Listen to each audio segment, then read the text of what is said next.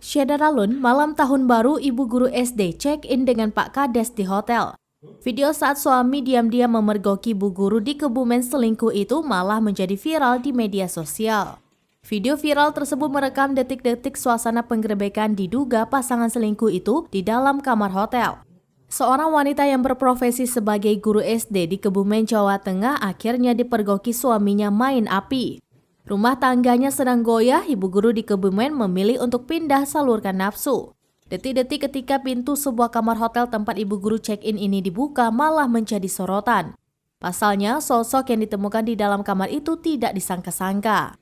Suami yang menggerebek dibantu sejumlah petugas kepolisian dari kepolisian sektor atau polsek setempat pun memergoki pasangan diduga selingkuh tersebut sedang berduaan di dalam kamar hotel itu. Oknum guru SD negeri berinisial MFTK kepergok sedang berada di dalam kamar mandi. Saat digerebek, wanita tersebut terlihat hanya menggunakan sarung hingga sebatas dada. Sedangkan sosok pria diduga sang oknum kades yang membuka pintu saat penggerebekan tersebut terlihat sudah menggunakan jaket berwarna hitam dan celana puntung loreng putih hitam.